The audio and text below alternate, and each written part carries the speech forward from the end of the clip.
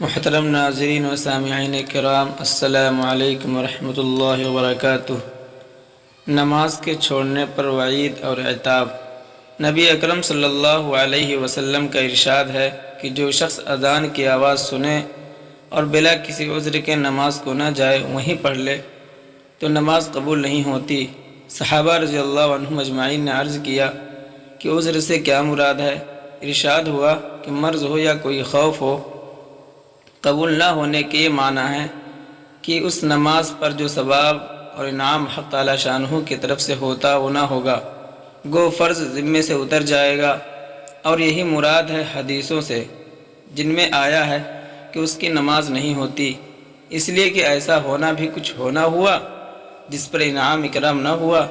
یہ ہمارے امام کے نزدیک ہے، ورنہ صحابہ اور تابعین کی ایک جماعت کے نزدیک ان احادیث کی بنا پر بلا عذر جماعت کا چھوڑنا حرام ہے اور جماعت سے پڑھنا فرض ہے، حتیٰ کہ بہت سے علماء کے نزدیک نماز ہوتی ہی نہیں۔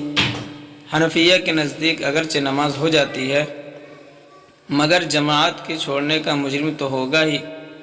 حضرت ابن عباس رضی اللہ عنہ سے ایک حدیث میں یہ بھی نقل کیا گیا کہ اس شخص نے اللہ کی نافرمانی کی اور رسول اللہ صلی اللہ علیہ وسلم کی نافرمانی کی۔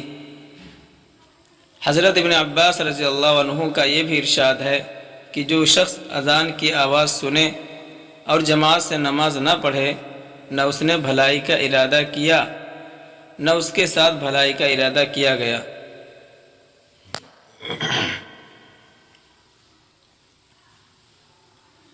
ابو ہریرہ رضی اللہ عنہ فرماتے ہیں کہ جو شخص اذان کی آواز سنے اور جماعت میں حاضر نہ ہو، اس کے کان پگھلے ہوئے سیسے سے بھر دیے جائیں، یہ بہتر ہے۔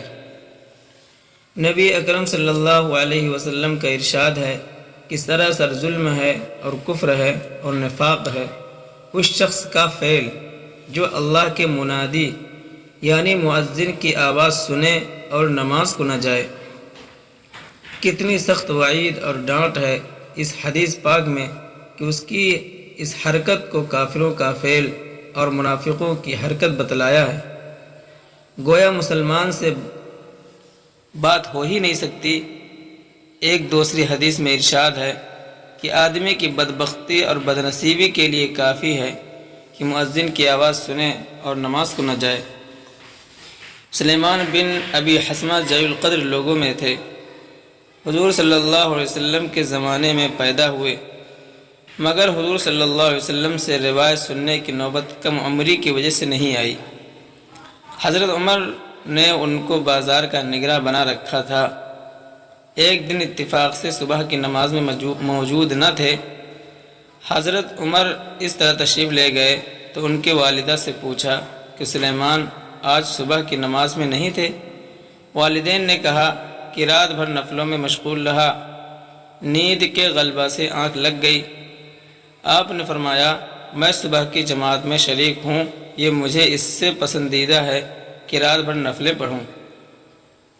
حضور اقدس صلی اللہ علیہ وسلم ارشاد فرماتے ہیں کہ میرا دل چاہتا ہے کہ چند جوانوں سے کہوں کہ بہت سا ایندھن اکٹھا کر کے لائیں، پھر میں ان لوگوں کے پاس جاؤں جو بلا عذر کے گھروں میں نماز پڑھ لیتے ہیں اور جا کر ان کے گھروں کو جلا دوں۔ نبی اکرم صلی اللہ علیہ وسلم کو باوجود اس شفقت اور رحمت کے جو امت کے حال پر تھی اور کسی شخص کی ادنا سی تکلیف بھی گوارا نہ تھی، ان لوگوں پر جو گھروں میں نماز پڑھ لیتے ہیں اس قدر غصہ ہے کہ ان کے گھروں میں آگ لگا دینے کو بھی آمادہ ہیں۔ حضور اکرم صلی اللہ علیہ وسلم کا ارشاد ہے کہ جس گاؤں یا جنگل میں 3 آدمی ہوں اور وہاں باجماعت نماز نہ ہوتی ہو تو ان پر شیطان مسلط ہو جاتا ہے، اس لیے جماعت کو ضروری سمجھو۔ بھیڑیا اکیلی بکری کو کھا جاتا ہے اور آدمیوں کا بھیڑیا شیطان ہے۔ اس لیے معلوم ہوا کہ جو لوگ کھیتی باڑی میں مشغول رہتے ہیں اگر 3 آدمی ہوں تو ان کو جماعت سے نماز پڑھنا چاہیے، بلکہ 2 کو بھی جماعت سے پڑھنا اولا ہے۔ کسان عام طور سے اول تو نماز پڑھتے ہی نہیں کہ ان کے لیے کھیتی کی مشغولی اپنے نزدیک کافی عذر ہے، اور جو بہت دیندار سمجھے جاتے ہیں وہ بھی اکیلے ہی پڑھ لیتے ہیں، حالانکہ اگر چند کھیت والے بھی ایک جگہ جمع ہو کر پڑھیں تو اور بھی زیادہ ثواب کا سبب ہوتا ہے۔ حتیٰ کہ ایک حدیث میں آیا ہے کہ 50 نمازوں کا ثواب ہو جاتا ہے۔ ایک حدیث میں آیا ہے کہ جب کوئی بکریاں چرانے والا کسی پہاڑ کی جڑ میں یعنی جنگل میں اذان کہتا ہے اور نماز پڑھنے لگتا ہے تو حق تعالی شانہ اس سے بے حد خوش ہوتے ہیں اور تعجب و تفاخر سے فرشتوں سے فرماتے ہیں، دیکھو جی میرا بندہ اذان کہہ کر نماز پڑھنے لگا، یہ سب میرے ڈر کی وجہ سے کر رہا ہے، میں نے اس کی مغفرت کر دی اور جنت کا داخلہ طے کر دیا۔